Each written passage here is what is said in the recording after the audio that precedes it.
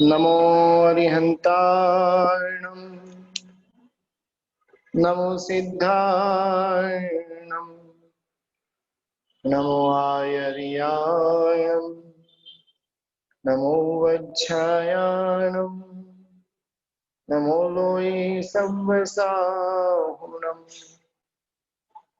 ऐसो पंच नमकारो सर्वपावपणासनो मंगलानं च सव्वेसिं परमं हवै मंगलम् मंगलं भगवान् वीरो मंगलं गौतम प्रभु मंगलं स्थूलिभद्राद्या जैन धर्मोस्तु मंगलम् अज्ञानतिमिरान्धानां ज्ञानाञ्जनशलाकया नेत्रमुन्मीलितं येन तस्मै श्रीगुरवे नमः। तस्मै श्रीगुरवे नमः। योग दृष्टि समुच्चय ग्रंथ और जिसके ऊपर 8 दृष्टि की जो सज्जाएं महोपाध्याय जी महाराजा ने जिसकी बहुत ही अभूतपूर्व रचना की है और जिसके अंदर चौथी दृष्टि के ऊपर हमारी विचारणा चल रही है। चौथी दृष्टि की सज्जाए के अंतर्गत 19 गाथा हो चुकी थी और जिसके अंदर बताया था कि जितने भी सर्वज्ञ भगवंत हैं वो सर्वज्ञता गुण के द्वारा समान रहे हुए। दूसरी एक बात बताई थी कि सर्व जीवों के लिए मोक्ष मार्ग भी एक ही रहा हुआ है। अब भीतर में एक प्रश्न जगता है, यदि सर्व कर्म क्षय रूप मुक्ति एक ही है, प्रसम भाव रूप मोक्ष मार्ग एक ही है और सर्वज्ञता गुण के द्वारा सर्वज्ञ भी एक है, फिर परमात्मा महावीर देव, परमात्मा ऋषभ देव जिनके शासन के अंदर 5 महाव्रत होते हैं, 22 तीर्थंकर भगवंतों के शासन के अंदर 4 महाव्रत होते हैं। सामाचारी के अंदर भी देखने जाए तो भिन्न भिन्न दोनों के बीच में आचरणा के अंदर कुछ न कुछ तफावत बताया हुआ है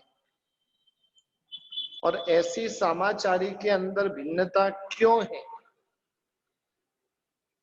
ये शिष्य के भीतर में ऐसा प्रश्न उठता है और इसलिए 20वीं गाथा के अंदर महोपाध्याय जी महाराजा इसी बात का खुलासा करते हुए बता रहे कि शिष्य भणी जिन देश नाजी कहे जन परिणति भिन्न, कहे मुनिनी नय देश नाजी परमारथ थी अभिन्न मनमोहन जी। जिनेश्वर भगवंतों की जो देशना शिष्यों की पात्रता को लेकर भिन्न भिन्न होती है और इसलिए लोगों में भी वो भिन्न तरीके से वो परिणाम को प्राप्त करती है। कहे मुनि नय देशना जी, मुनि की देशना नए सापेक्ष से भिन्न है, लेकिन वास्तविकता से देखने जाए तो वही देशना अभिन्न रही हुई है। और इस बात का खुलासा यहाँ पर महोपाध्याय जी महाराजा अपने बीच में कर रहे हैं। वितराग परमात्मा की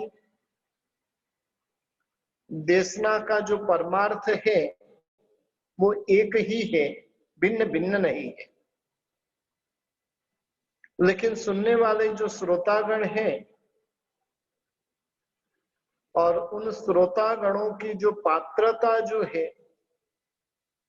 किसी की अधिक पात्रता है तो किसी की कम पात्रता रही हुई है। और जैसी जिसकी पात्रता रहती है उस अनुरूप परमात्मा देशना देते हैं। जैसे कोई डॉक्टर होता है और वो डॉक्टर जितने भी मरीज आते सबको भी एक प्रकार की ही दवाई नहीं देते। जिस प्रकार का, जिस भूमिका का जिसका रोग होता है और रोग के अनुरूप उसे औषध देते हैं। रोगी जीवों के अंदर भी कोई बाल रहेगा, कोई युवान रहेगा, कोई वृद्ध रहेगा। उनकी अवस्था को ध्यान में रखकर हिनाधिक मात्रा में उसे औषध दिया जाता है। जैसे बुखार आया, बुखार आने पर बच्चे को जो क्रोसिन दिया जाएगा उसकी मात्रा कितनी रहेगी, और वही बड़े व्यक्ति को जब बुखार आता है तो उसकी मात्रा कितनी होती है। कई बार हम क्या करते पता है, हमें बुखार आया था और उस बुखार वैसा ही बुखार अन्य किसी को आया था। अब अन्य किसी को डॉक्टर ने जो इलाज कहा था वो इलाज हम भी चालू कर देते, जबकि डॉक्टर के पास में जाएंगे तो डॉक्टर क्या करेगा, उसकी मात्रा को देखेगा, मात्रा को देखकर उसके अनुरूप इलाज करता है। बस डॉक्टर का, वैद्य का काम एक ही है, दवाई वो सबको देता है, लेकिन दवाई का प्रमाण, दवाई कौन सी दवाई किसको देना, और वो निर्णय जिस प्रकार से डॉक्टर करता है उसी प्रकार से परमात्मा के शासन के जो जीव है, वो जीवों का जो स्वभाव है वो भिन्न भिन्न प्रकार का रहा हुआ रहता है। जैसे प्रभु ऋषभदेव और प्रभु महावीर स्वामी के जीव देखने जाए तो ऋषभदेव भगवान के जीव थे, वो रुजु और जड़ थे। महावीर स्वामी के शासन के जो जीव है वो वक्र और जड़ है। और जिस कारण से उनके शासन के अंदर 5 महाव्रत स्वरूप देशना होती है, 22 तीर्थंकर के शासन के जीव जिनकी योग्यता बराबर से खिली हुई रहती है, वो जीव रुजु और प्राज्ञ होते हैं।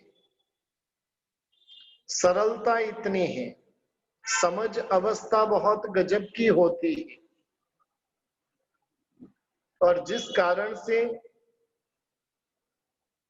22 तीर्थंकर के शासन के अंदर 4 महाव्रत, पहले और अंतिम तीर्थंकर के शासन के अंदर 5 महाव्रत।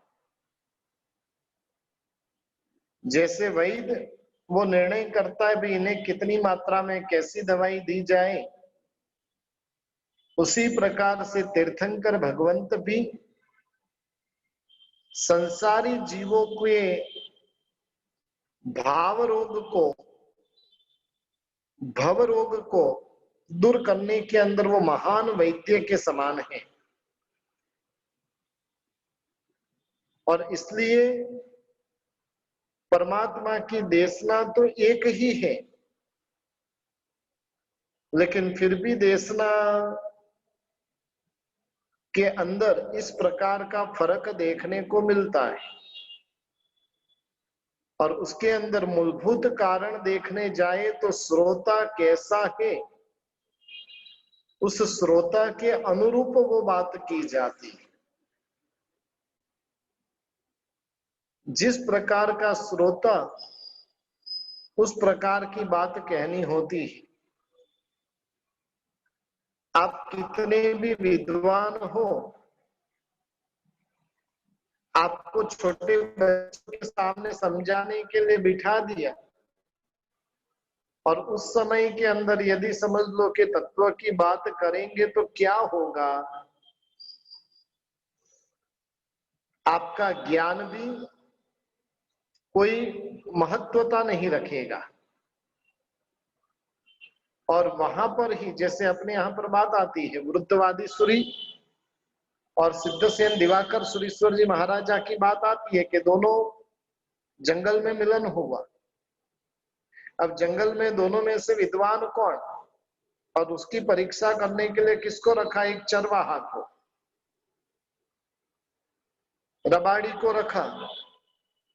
अब सिद्धसेन दिवाकर सुरीश्वर जी महाराजा तो संस्कृत के श्लोक नॉन स्टॉप बोलते ही जा रहे, और वहां पर वृद्धवादी सूरी जी ने क्या किया, तत्व की ही बात को ऐसे संगीत के अंदर, ऐसी उनकी भाषा के अंदर ढालकर प्रस्तुत किया। और आखिर में वो रबाड़ी ने तो कह दिया कि विद्वत्ता किनके पास में है, इनके पास है। यानी कहने का मतलब है कि कैसा श्रोता है उस अनुरूप देशना देनी होती है।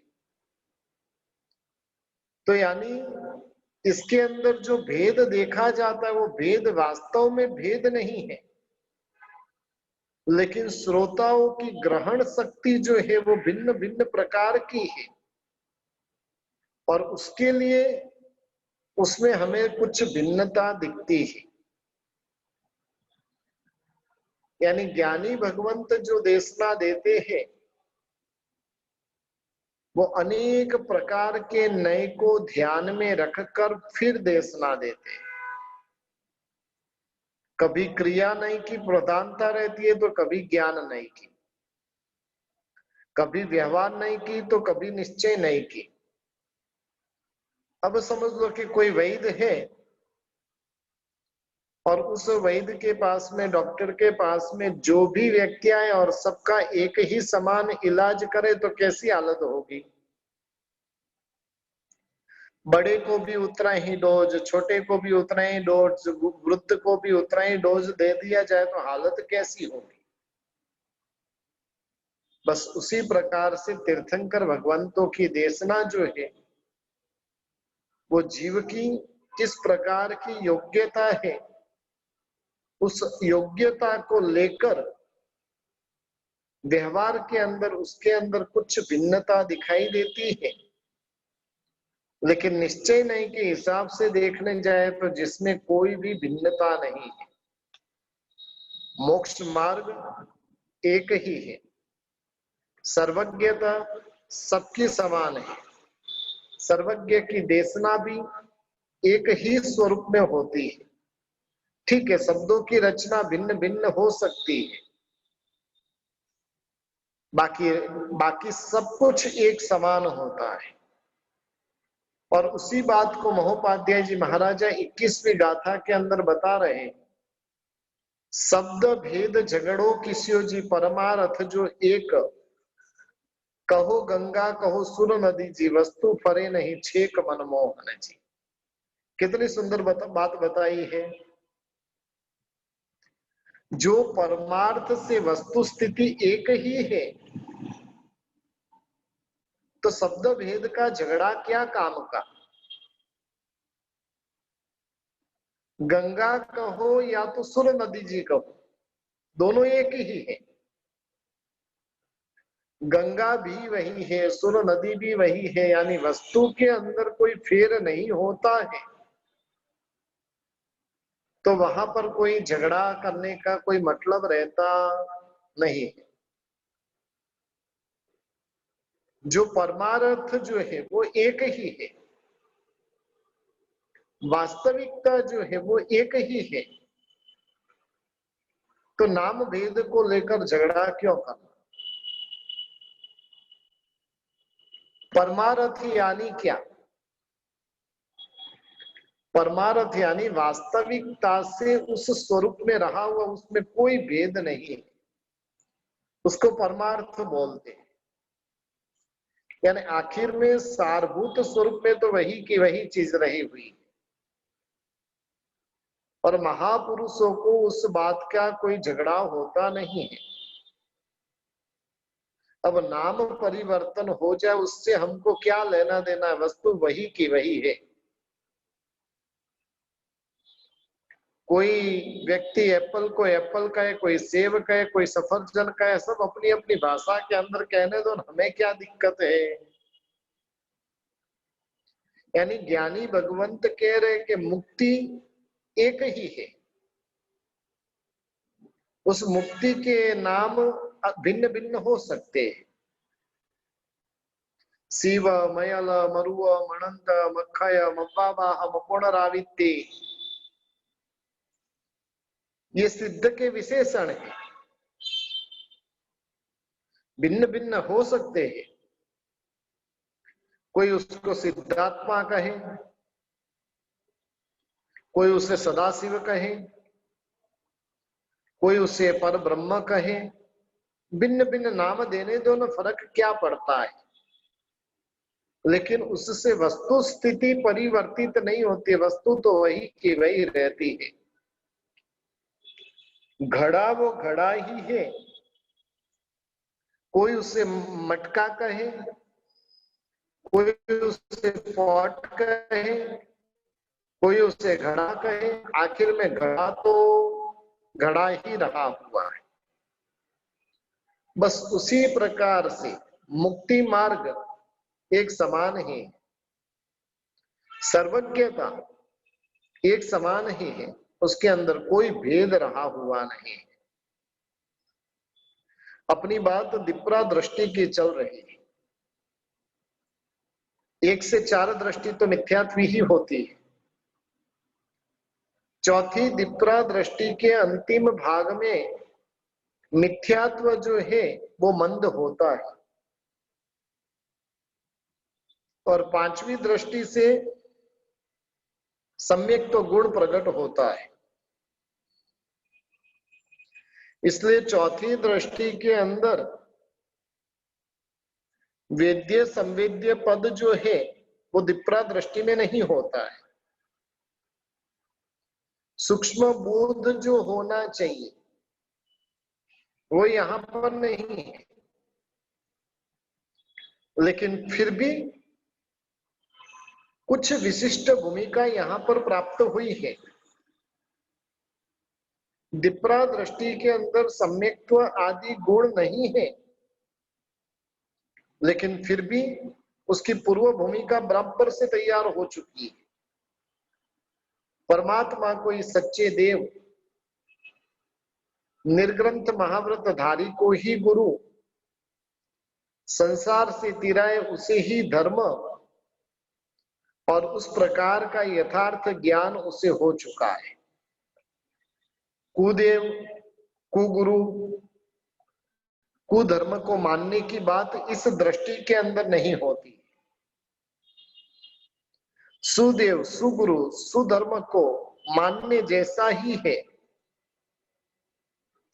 वैसी बात उनके भीतर में तय हो चुकी होती। सुदेव क्या होते हैं, सुगुरु क्या होते हैं, उसका स्पष्ट ज्ञान हालांकि इस दृष्टि में नहीं है, लेकिन फिर भी उसकी कुछ समझ उनके भीतर में प्राप्त हो चुकी है। अब उनके भीतर में, ये जीव के भीतर में सुदेवादि के संबंध में कोई भी विवाद नहीं। जैसे ऋषभ देव वैसे ही अजितनाथ, वैसे ही संभवनाथ, सब सर्वज्ञ और सब सुदेव।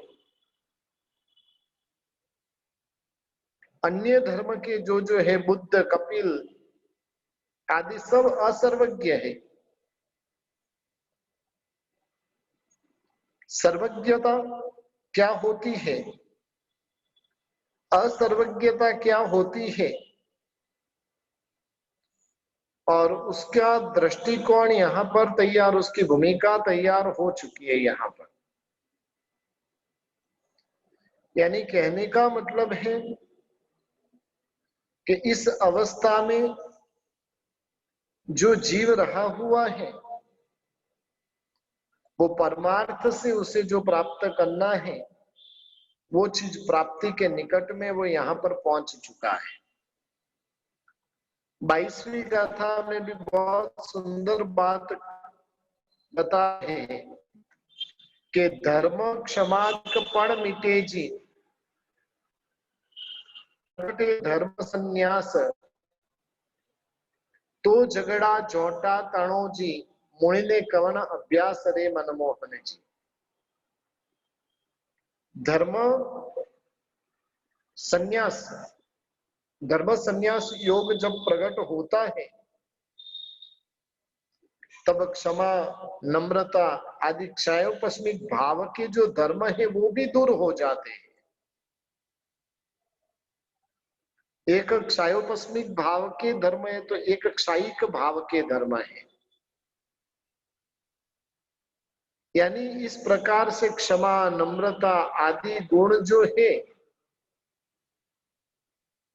वैसे गुण उनके भीतर में धर्म संन्यास नामक योग प्रकट हो चुका है।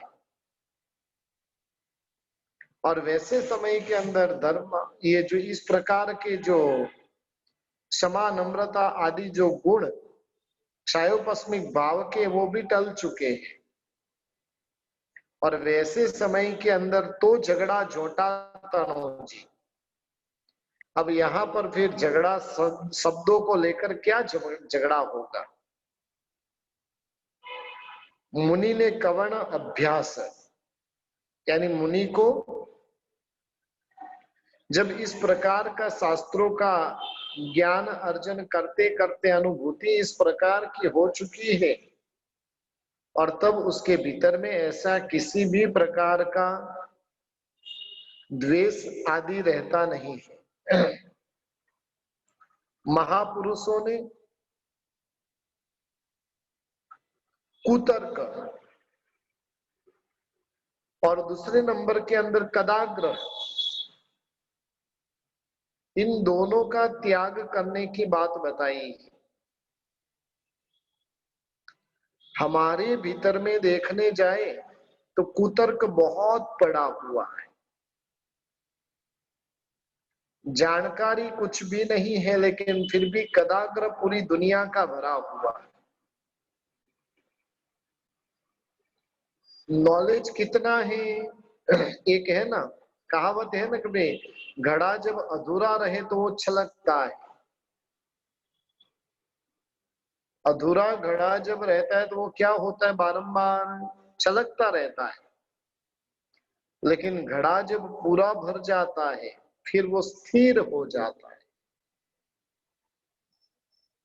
अज्ञानी व्यक्ति रहता है वो कुतर्क में जीता है,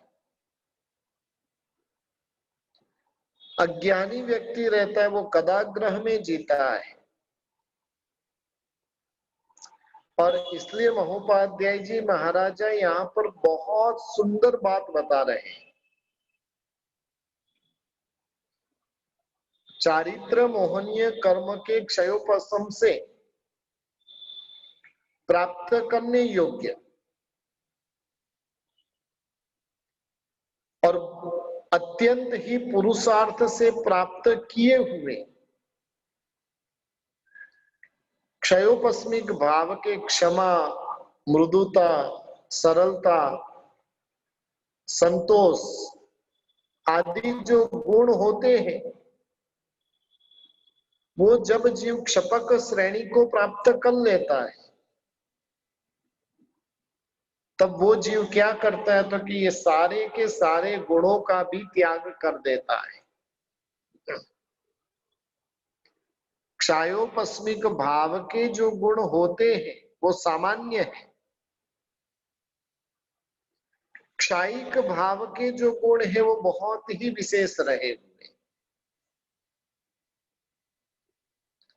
अब चौथे, पांचवें, छठे, सातवें गुण स्थानक में जो भाव होते हैं ना, गुण होते हैं, वो क्षायोपस्मिक के, कोई कोई जीव को क्षायिक को भी हो, क्षायिक के भी होते हैं, लेकिन जब क्षपक श्रेणी प्राप्त करते हैं उस समय के अंदर तो गुणों से जीव का इतना ऊर्ध्वारोहण हो चुका है कि जब क्षायिक भाव के गुण उन्हें प्राप्त करने होते हैं तब वैसे समय के अंदर क्षायोपस्मिक भाव के जो गुण है उसका भी त्याग कर देना होता है। एक सिंपल से आपको बात बताता हूं। चौथे और पांचवें गुण स्थानक में जीव को प्रभु की भक्ति, पूजा उत्कृष्ट भाव से करनी है, लेकिन वही जीव जब छठे गुण स्थानक में चला जाता है फिर उसे भगवान की पूजा करनी होती है। कोई साधु संत को आपने कभी भी पूजा करते हुए देखा कि साधु संतों ने स्नान किया, स्नान करके भगवान की पूजा के लिए चले गए? नहीं। जैसे जैसे ऊपर की भूमिका प्राप्त हो जाती है वैसे वैसे नीचे की जो भूमिका है उसका त्याग करना होता है। यानी क्षमा आदि जो गुण है वो गुण भी जीव जब क्षपक श्रेणी प्राप्त कर लेता है तो उस समय के अंदर वैसे गुणों का भी वो त्याग कर देता है और वैसे जीव को क्या मुक्ति के नाम भेद का आग्रह रहेगा? कोई उससे सर्वज्ञ कहे कि कोई उससे अनंत ज्ञान कहे, ऐसी हल्की बुद्धि, हल्की प्रवृत्ति, हल्की परिणति ये महात्माओं के अंदर होती नहीं है। मिथ्यात्व गुण स्थानक में कोई भी आहार आदि एक संज्ञा से जोर से दूसरी संज्ञा के पराभव रूप गुण भी होते हैं, लेकिन वो गुण कैसे होते? औदैहिक भाव के होते, वास्तविक नहीं होते। परिग्रह संज्ञा को, इसी बात को थोड़ा विस्तार से समझाता हूं। परिग्रह संज्ञा से जो परवश बना हुआ व्यक्ति है वो सतत धन कमाने के अंदर ही लगा है और धन कमाने के अवसर पर वो समय पर आहार भी लेता नहीं, भूखा रहता है। देखा है ना आपने जगत में धन के लोभी कई लोग परिग्रह संज्ञा के वशीभूत ऐसे जीव होते हैं, आहार भी छोड़ता है, परिवार भी छोड़ता है, सब कुछ छोड़ता है। और क्यों छोड़ता है? क्या उसे वैराग्य जग गया उसलिए वो छोड़ता है? वैराग्य जगा इसलिए नहीं, लेकिन उसके भीतर में दूसरी संज्ञा इतनी मात्रा में हावी हो गई है और जिस कारण से वो छोड़ता है। मैथुन संज्ञा को परवश बना हुआ व्यक्ति जो होता है वो लज्जा आदि सभी प्रकार के भय बिना का होता है, लेकिन ये उसके गुण वो तारक गुण नहीं है। परिग्रह संज्ञा को वशीभूत होता हुआ व्यक्ति आहार का त्याग करता है, वो उसका गुण है कि दुर्गुण है? दुर्गुण है। जब सम्यक्त्व प्राप्त होता है तो ऐसे जो गुणाभास होते हैं वो सब छूट जाते हैं। चौथे गुण स्थानक से लेकर आठवें गुण स्थानक तक चारित्र मोहनीय कर्म का क्षयोपशम होने से क्षयोपस्मिक भाव के क्षमा, नम्रता, सरलता आदि गुण होते, और वो गुण उसको ऊपर ऊपर के गुण स्थानक में लेकर जाने का काम करते। ये गुण भी जब प्रकट होते तो मोहनीय कर्म जब मंद होता है तब ऐसे गुण प्रकट होते। यानी ये गुण उपकारक तो जरूर है, लेकिन मोह के सर्वथा क्षय से जब क्षयिक भाव के गुण आने का अवसर होता है तब वो जीव क्या करता है, 9वें 10वें गुण स्थानक में क्षपक श्रेणी में इस प्रकार की जीव की परिस्थिति निर्माण होती है कि उस समय के अंदर वो जो क्षयोपशम भाव के जो गुण थे उन गुणों को भी वो क्या कर देता है, त्याग कर देता है। अब वो क्षयोपस्मिक भाव की क्षमा उसके लिए कोई काम की नहीं है। यानी कहने का मतलब है जैसे जैसे ऊपर की भूमिका जीव प्राप्त करता जाता है वैसे वैसे नीचे की भूमिका को छोड़ना होता है। जैसे समझ लो आप कोई भी सिटी में रहते हो, अब जब शुरुआत में उस सिटी में गए तब आपके पास में पैसे ज्यादा थे नहीं, तो उस समय में कैसी जगह पर रहते थे, वो सिटी का जो मिडिल क्लास एरिया होता था और उस एरिया के अंदर रहते थे। अब पैसा हो गया फिर क्या करेंगे, वहां से निकलकर अन्य अच्छे एरिया में जाएंगे। यानी जब अच्छे एरिया में जाना है तो नीचे वाले एरिया का त्याग करना पड़ेगा, करते हैं ना। उसी प्रकार से जब क्षयिक भाव के गुण प्राप्त करने हैं तो उस समय में क्या करना पड़ेगा, क्षयोपशम भाव के जो गुण है उसका त्याग करना पड़ेगा। यानी ज्ञानी भगवंत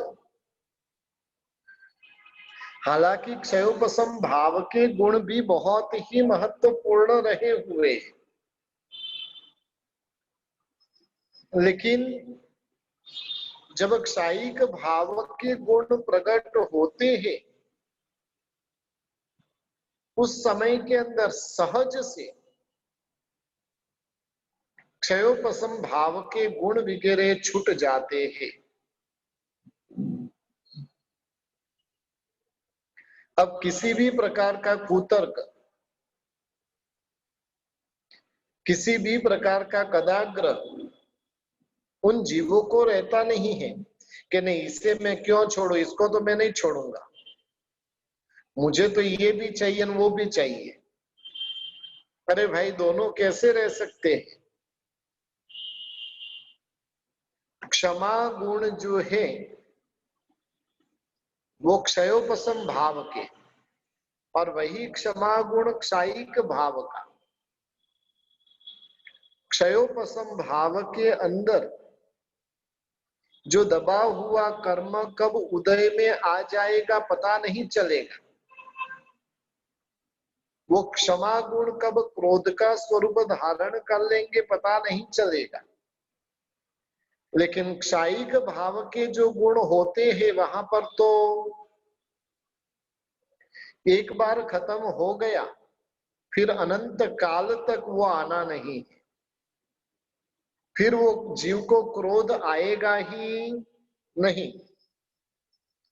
क्षयोपशम भाव आता जाता रहता है, क्षयिक भाव एक बार प्राप्त हुआ वो अनंत काल तक टिक कर रहता है। दोनों में अंतर क्या। अब बोले क्षयिक चाहिए कि क्षयोपशम चाहिए,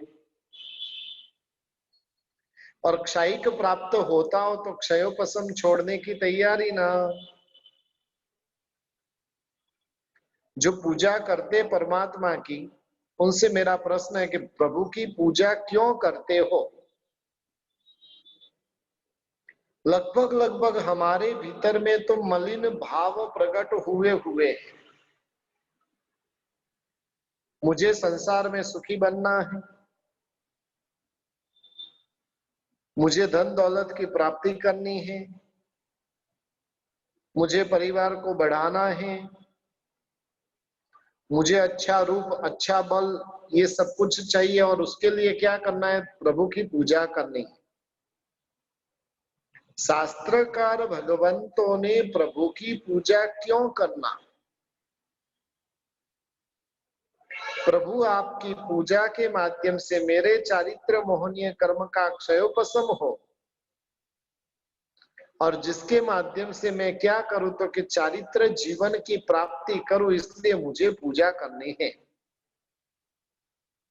नहीं कि भोग सुखों की प्राप्ति के लिए, नहीं कि संसार के सुखों की कामना के लिए। यानी कहने का मतलब एक क्षयिक भाव और क्षयोपस्मक भाव, दोनों के बीच में बहुत बड़ा अंतर है। दोनों के बीच में इतना बड़ा अंतर है। क्षयिक भाव जो है अल्प समय में मोक्ष में लेकर चला जाएगा, क्षयोपस्मिक भाव होते हुए भी अनंत संसार का परिभ्रमण बाकी हो सकता है। यानी कहने का मतलब है, अब किसी ने बोला है कि भाई प्रभु के जैसे बनने के लिए भगवान की पूजा करते हो, तो किसने रोका है आपको? वास्तव में बोले प्रभु के जैसा बनना है कि खाली बातें करनी है? प्रभु के जैसे बनने की बातें करनी है कि वास्तव में परमात्मा के समान हमें बनना है? बात कर रहे हैं कि भी प्रभु के जैसे बनना है, प्रयत्न क्या कर रहे हैं? दुनिया के दुर्जन में दुर्जन बनने का प्रयत्न है, और बात कर रहे हैं प्रभु बनने की। दुर्जनता छोड़नी नहीं है और प्रभु की पराकाष्ठा पानी है। कैसे संभवित है? सबसे पहले नंबर में क्या करना है? दुर्जनता का त्याग करना है। वास्तव में कहिए, हमें रुचि निंदा में के प्रशंसा में? किसमें रुचि? किसी ने कोई कुछ कार्य किया और वो उसके संबंध में कुछ बात कर रहे हैं, आप क्या करोगे? अपनी भी बात उसके संबंध में वहां पर आप रखोगे कि नहीं? अरे भाई, इस व्यक्ति को तो मैं इतने साल से जानता हूं, ये तो है ही ऐसा, वो तो एकदम जड़ ही है, वो तो सबके साथ ऐसा ही करता है। ये किसकी रुचि हुई? निंदा की। अब बोलिए, जिनको प्रभु के समान बनना है वो कभी भी किसी भी प्रकार की बुराइयों में पड़ेगा नहीं। पक्की बात? हाँ। दुर्जनता यानी क्या? अपने भीतर में दुनिया भर की खराबी होना, वो दुर्जनता। और प्रभुता यानी क्या? तो कि दुनिया भर की अच्छाइयां अपने पास में होनी, वो प्रभुता। अब प्रभुता चाहिए कि दुर्जनता चाहिए? यानी कहने का मतलब है, इस प्रकार से जब ऊपर की भूमिका को जीव प्राप्त कर लेता है, तब वो जीव के भीतर में किसी भी प्रकार का तर्क, कदाग्रह उसके पास में रहता नहीं है। जैसे समझ लो कि कोई व्यक्ति कुएं के अंदर गिरा है, अब उसको अंदर से बाहर निकालने के लिए किसी ने चेन डाली, चेन डाली, चेन होती है ना, उसमें एक कड़ी से दूसरी कड़ी, दूसरी कड़ी से तीसरी कड़ी जुड़ी हुई रहती है। अब उस व्यक्ति को यदि कुएं से बाहर निकलना है, उसे क्या करना पड़ेगा? नीचे की कड़ी को छोड़कर ऊपर की कड़ी को पकड़ना पड़ेगा। बराबर ना? पक्की बात ना? नीचे की कड़ी को छोड़ना, ऊपर की कड़ी को पकड़ना, फिर नीचे छोड़ना, ऊपर पकड़ते जाना, और वैसे करते करते वो ऊपर तक चढ़ सकता है। उसी प्रकार से जिस जीव को अध्यात्म मार्ग में विकास करना है, उसे ऐसी ऐसी जो कुतर्क है, कदाग्र है, मिथ्या बुद्धि है, मिथ्या पकड़ है, इन सब को छोड़ते जाना होगा।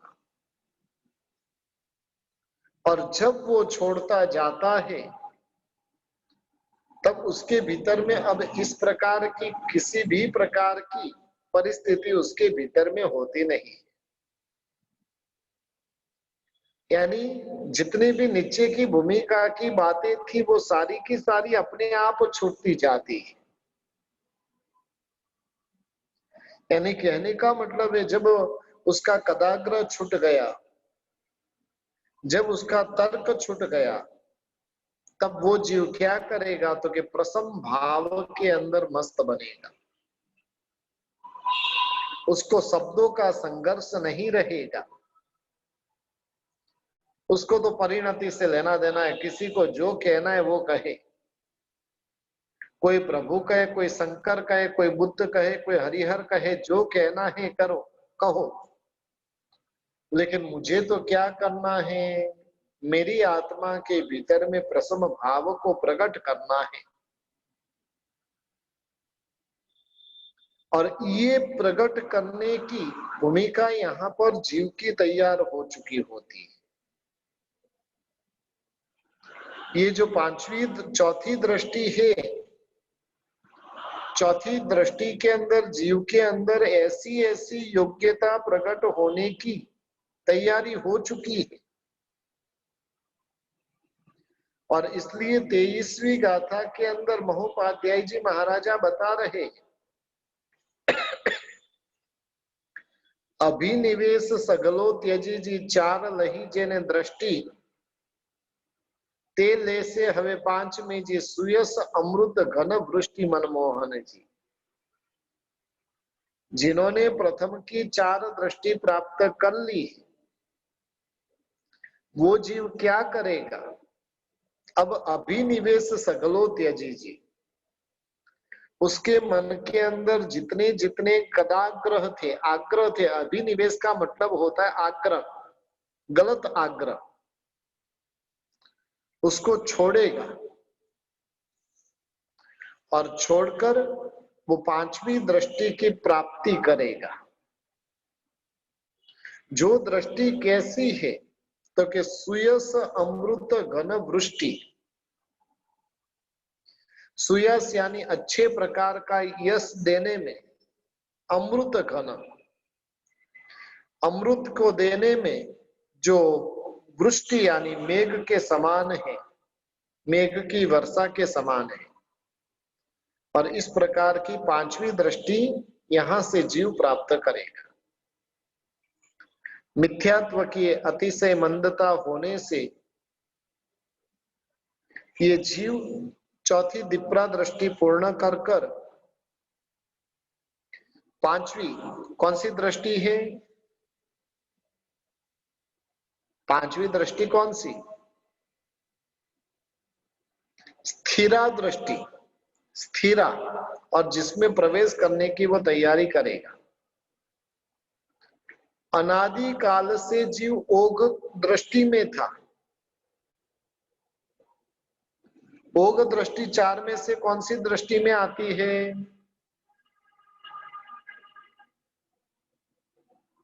फटाफट जवाब दीजिए।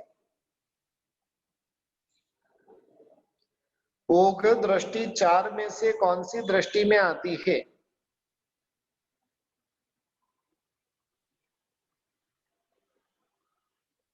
टाइप कर कर जवाब दीजिए। एक चीज ध्यान रखिए कि ओग दृष्टि किसी भी दृष्टि में नहीं आती, वो दृष्टि के बाहर की बात है। 8 दृष्टि में से एक भी दृष्टि में ओग दृष्टि नहीं आती। अब तक जीव ओग दृष्टि में था,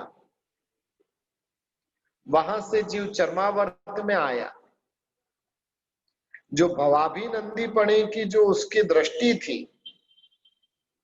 वो दृष्टि परिवर्तित होकर वो धर्माभिमुख बनता गया। उसके मन के विचार, उसकी वाणी, उसके आचार, ये सब मित्रा, तारा, बला, दिप्रा आदि दृष्टि के माध्यम से धीरे धीरे उसका मन, वचन, काया के परिणाम वगैरह सब कुछ परिवर्तित होते गए। चर्मावर्त का प्रथम अर्ध भाग जब समाप्त होता है, तब जीव इन 4 दृष्टि में से आगे निकलकर गाढ़ मिथ्यात्व में से द्विर्बंधक, सकृत बंधक, अपुनर्बंधक बनता है। ये जीव मार्ग के अभिमुख होता है। अनेक बार यथा प्रवृत्तकरण करते करते वो जीव चरम यथा प्रवृत्तकरण करता है, अपूर्वकरण करता है, ग्रंथि भेद कर कर अनिवृत्तिकरण करता है। और सम्यक्त्व को पाने के लिए ये जीव एकदम तत्पर बना हुआ है। इस आत्मा के जो अनादिकालीन जो मिथ्यात्व उसके भीतर में पड़ा हुआ था, आत्मा के भीतर में जो खराबी पड़ी हुई थी, भावमल जिसे हम कहते हैं, उसका लगभग लगभग क्षय हो चुका है।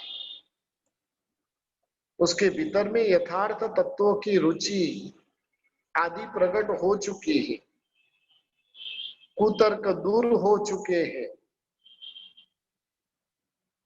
सदगुरु के पास में